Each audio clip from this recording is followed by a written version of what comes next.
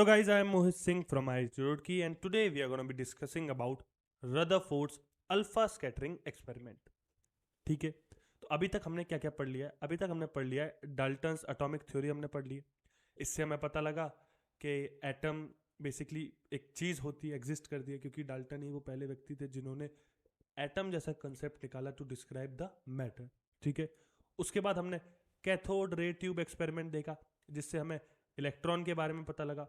उसके बाद हमने एनोड रे ट्यूब एक्सपेरिमेंट देखा जिसे हम कैनाल रे ट्यूब एक्सपेरिमेंट भी बोलते हैं, उससे हमें प्रोटॉन के बारे में पता लगा। फिर इसके बाद हमें थॉमसन का पहला एटॉमिक मॉडल मिला, Thomson plum pudding atomic model मिला। इतनी बात क्लियर है, यहां तक हम पढ़ चुके हैं, इन सब में कोई भी डाउट हमें होना नहीं चाहिए। तो अब नेक्स्ट एक्सपेरिमेंट पे आते हैं, वो है रदरफोर्ड्स अल्फा स्कैटरिंग एक्सपेरिमेंट। सबसे पहली बात, ये अल्फा क्या है? तो बेसिकली अल्फा को रिप्रेजेंट करते हैं हम ऐसे, this is your alpha particle. अब ये अल्फा पार्टिकल होते क्या है? बेसिकली ये होते हैं He2+। हीलियम एटम में से 2 इलेक्ट्रॉन निकाल दो तो क्या मिलेगा? Helium 2 positive. तो हीलियम 2 पॉजिटिव को बोला जाता है अल्फा पार्टिकल, अल्फा पार्टिकल, या फिर इन्हें हीलियम न्यूक्लियाई भी बोला जाता है, हीलियम न्यूक्लियाई भी बोला जाता है। क्यों? क्योंकि हीलियम के अंदर 2 इलेक्ट्रॉन होते हैं, 2 प्रोटॉन होते हैं, तो जब तुमने उसके अंदर से 2 इलेक्ट्रॉन निकाल लिए तो सिर्फ न्यूक्लियाई बचा, तो इसलिए इसे हीलियम न्यूक्लियाई भी बोला जाता है। होपफुली ये पता लग गया होगा कि अल्फा पार्टिकल क्या होते हैं। ठीक है, तो जैसे कि मैं आपको पढ़ाता हूँ, आपको पता ही होगा कि एक बेसिक आइडिया देता हूँ पहले, फिर उसके बाद एक्चुअल एक्सपेरिमेंट पर जाता हूँ। तो रदरफोर्ड का भी मैं आपको एक बेसिक आइडिया दूंगा। तो उन्होंने क्या किया, एक उन्होंने रेडियो एक्टिव सैंपल लिया जो कि बेसिकली और अल्फा पार्टिकल शूट कर रहा था, अल्फा पार्टिकल शूट कर रहा था।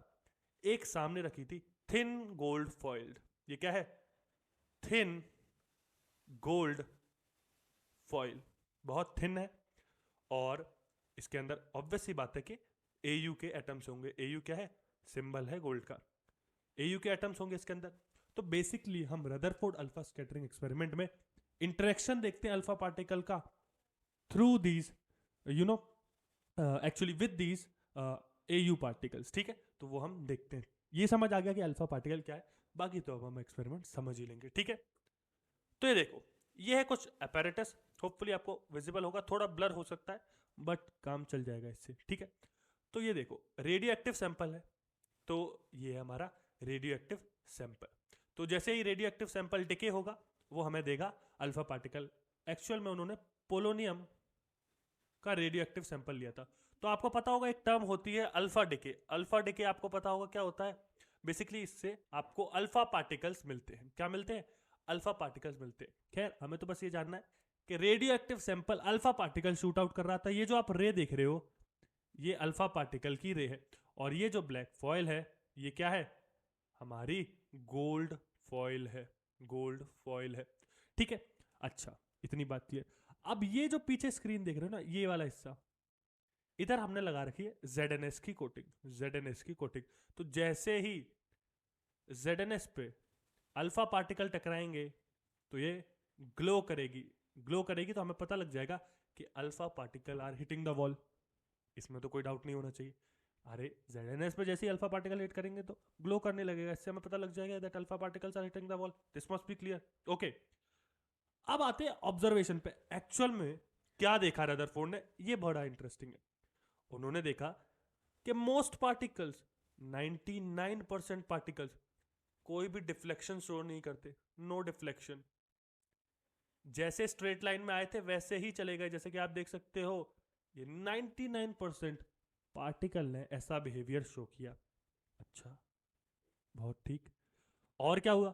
और उन्होंने देखा few particles showed deviation from there path, deviation from there path. कुछ पार्टिकल्स थोड़ा सा डिफ्लेक्ट हुए थे। ओके, ये ऑब्जर्वेशन भी ठीक है। और उन्होंने क्या देखा? Occasionally few particles, few alpha particles were deflected by large margin, ये सारी की सारी ऑब्जर्वेशन अभी हम अच्छे से लिखेंगे, तो बस एक आपको आइडिया देना चाह रहा हूँ, ठीक है। तो ओकेजनली थोड़े बहुत पार्टिकल लार्ज डिफ्लेक्शन भी शो कर रहे थे, और रेयरली ऐसा हो रहा था कि 180 डिग्री फ्लिप आ जाए अल्फा पार्टिकल के पाथ में। मतलब इसको समझना, जैसे ये आया रेड पाथ से और एग्जैक्ट उसी पाथ से वापस चला गया, जहां से आया वहां से वापस चला गया, ये होता है 180 degree movement from your path. तो ये बहुत ही रेयर था, बहुत एक्सट्रीम रेयर केस था। इतनी बात क्लियर, ठीक है। तो अब हम ऑब्जर्वेशंस लिखते हैं, अच्छे से ऑब्जर्वेशंस लिखते हैं, जिससे आपको ये और भी क्लियर हो जाए। तो पहला ऑब्जर्वेशन लिखिएगा, मोस्ट ऑफ द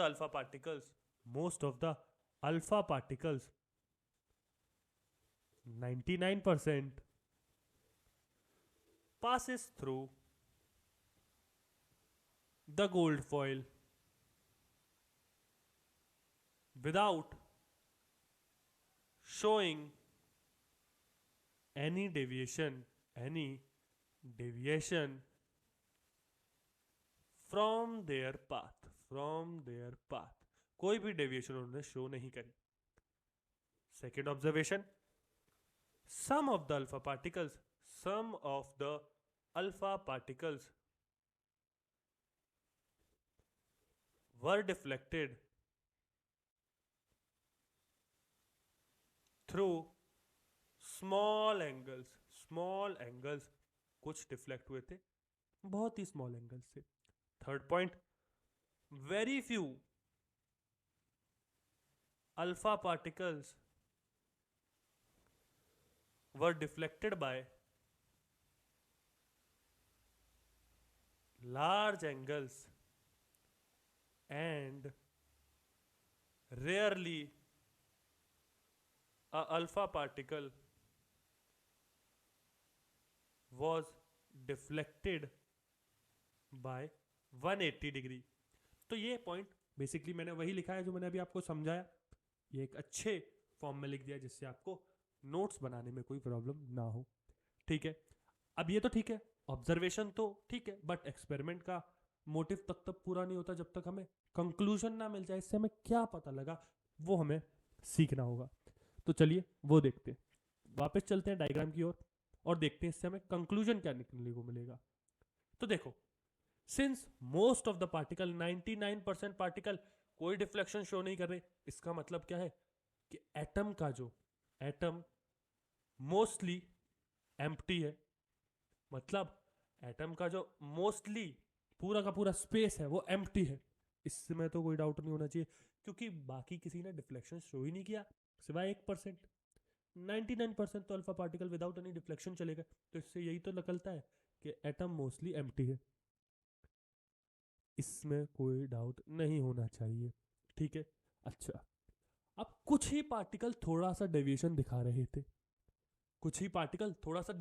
रहे थे, हमें पता है इलेक्ट्रॉन नेगेटिवली चार्ज है, हीलियम 2 पॉजिटिवली चार्ज है, तो इनका जो इंटरेक्शन है वो बहुत ही कम होगा, इस वजह से थोड़ा सा ही डेविएशन हुआ। क्यों? क्योंकि इलेक्ट्रॉन बहुत लाइट है, हीलियम 2 प्लस तो बहुत हैवी है इन कंपैरिजन टू इलेक्ट्रॉन, तो इस वजह से स्मॉल डेविएशन आया। तो इसका मतलब क्या है कि इलेक्ट्रॉन बहुत वाइड स्पेस में फैले हुए हैं, और जो लार्ज डेविएशन शो कर रहा है, ये आपने देखा, occasionally few particles were deflected by large margin. इसका मतलब क्या है कि कोई एक ऐसी बॉडी है एटम के सेंटर पे, पॉजिटिवली चार्ज बॉडी है। क्यों? क्योंकि लार्ज डिफ्लेक्शन शो कर रहा है और कई कई तो 180 डिग्री जा रहे हैं, तो इसका मतलब वो पॉजिटिवली चार्ज हैवी बॉडी है। न्यूक्लियस पे उसे क्या बोला गया? न्यूक्लियस बोला गया। सेंटर ऑफ एटम में जो पॉजिटिवली चार्ज हैवी बॉडी है, जो आप जानते हैं, उसे न्यूक्लियस बोला जाता है, ठीक है। तो चलिए अब कंक्लूजन्स को हम अच्छे फॉर्म में लिखते हैं, और ताकि आपको और अच्छे से समझ आ जाए, ठीक है। तो हम लिखते हैं अब कंक्लूजन्स। तो कंक्लूजन्स अच्छे से लिखिएगा, अच्छे से समझिएगा। तो पहला कंक्लूजन क्या है? पहला कंक्लूजन है, an atom must be extremely hollow and must consist of mostly empty space because most of the alpha particles were not deflected. ये बात क्लियर? यही मैंने अभी आपको बताया कि मोस्टली एटम जो है एम्प्टी स्पेस कंक्लूड हो रहा है. क्यों? क्योंकि 99% alpha particle didn't show any deviation from there path. Okay, चलिए सेकंड पॉइंट पे चलते हैं हम. सेकंड पॉइंट क्या है? Very few particles were deflected by a large margin. This indicates, ये क्या इंडिकेट करता है? चलिए वो देखते हैं. This indicates A, electrons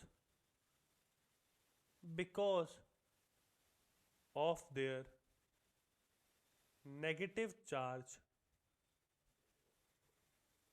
and very low mass cannot deflect heavy alpha particle.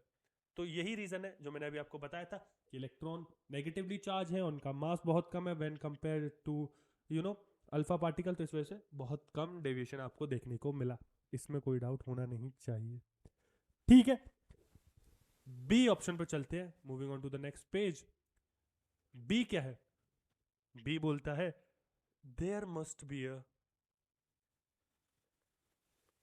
Heavy charge body in the atom that is nucleus. इसे क्या बोला गया? न्यूक्लियस बोला गया.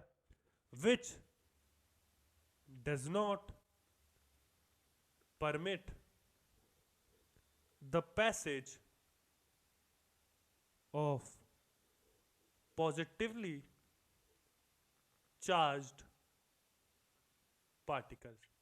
अब यहां पे मैंने पॉजिटिवली चार्ज पार्टिकल्स लिखा है, तो इसका मतलब क्या है? न्यूक्लियस भी पॉजिटिवली चार्ज ही होगा, क्योंकि तभी तो इतना रिपल्शन हुआ कि 180 डिग्री मूव कर गए हमारे अल्फा पार्टिकल.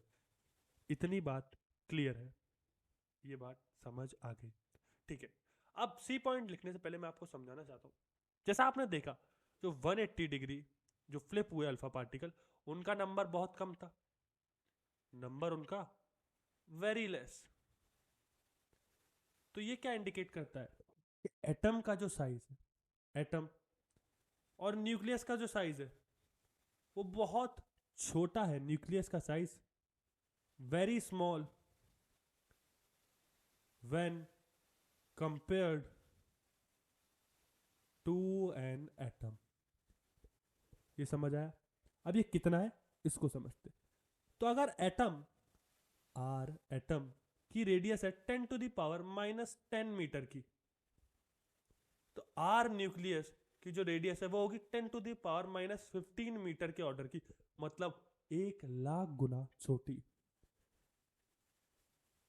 ये समझ आया या नहीं?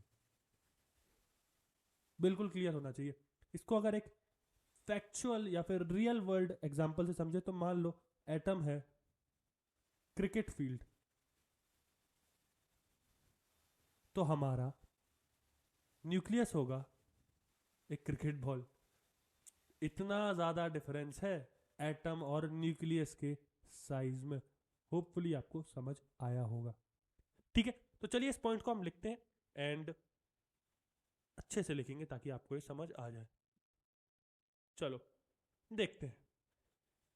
बिकॉज सी पॉइंट था हमारा, because the number of alpha particles which undergo deflection of 180 degree is very small. Therefore, the volume of nucleus must be very small compared to the atom. Clear है, ये समझ आ गया होगा। अच्छा, अब एक फॉर्मूला बताने वाला हूं, आर न्यूक्लियस, किसी भी एटम के न्यूक्लियस, एनी एटम, और उसको आपको आर न्यूक्लियस निकालना है, रेडियस ऑफ न्यूक्लियस निकालना है, तो उसके लिए फॉर्मूला होता है R naught into A to the power 1/3। यहाँ पे आर नॉट जो होता है ये कांस्टेंट होता है, और इसकी वैल्यू होती है 4/3 into 10 to the power -13 centimetre. तो ये फॉर्मूला बहुत इंपॉर्टेंट है, कभी कभार क्वेश्चन आ जाते हैं इससे। जेई मेंस में इससे क्वेश्चन आया हुआ है, जेई मेंस, नीट में आया हुआ है, बिटसेट में आया हुआ है, तो आप इसको याद रख सकते हो। किसी भी स्पेसिफिक एटम के न्यूक्लियस निकालने के लिए आपको R naught into A to the power 1/3। अच्छा, ए क्या है? ए है आपका एटॉमिक नंबर, ये बात क्लियर होनी चाहिए। एटॉमिक नंबर, क्या एटॉमिक नंबर है? नहीं, देखो जेड होता है atomic number, Z atomic number होता है। ए जो होता है आपका एटॉमिक मास होता है, ए होता है आपका एटॉमिक मास। ठीक है, तो आप समझ गए होंगे, होपफुली यहाँ पे सब क्लियर होगा, कोई डाउट होगा नहीं आपको। तो ये था हमारा रदरफोर्ड अल्फा स्कैटरिंग एक्सपेरिमेंट, और इसमें हमने आपको सारी चीज़ें कवर करने की कोशिश की, ये आप देख सकते हो। हमने पूरा एक्सपेरिमेंट देखा, शुरुआत से हमने देखा कि हमने क्या क्या पढ़ा है। तो होपफुली आपको ये लेक्चर अच्छा लगा होगा, होपफुली आपको समझ आया होगा। सो या, this is it from this video, and I'll see you in the next one. Till then, take care, bye bye.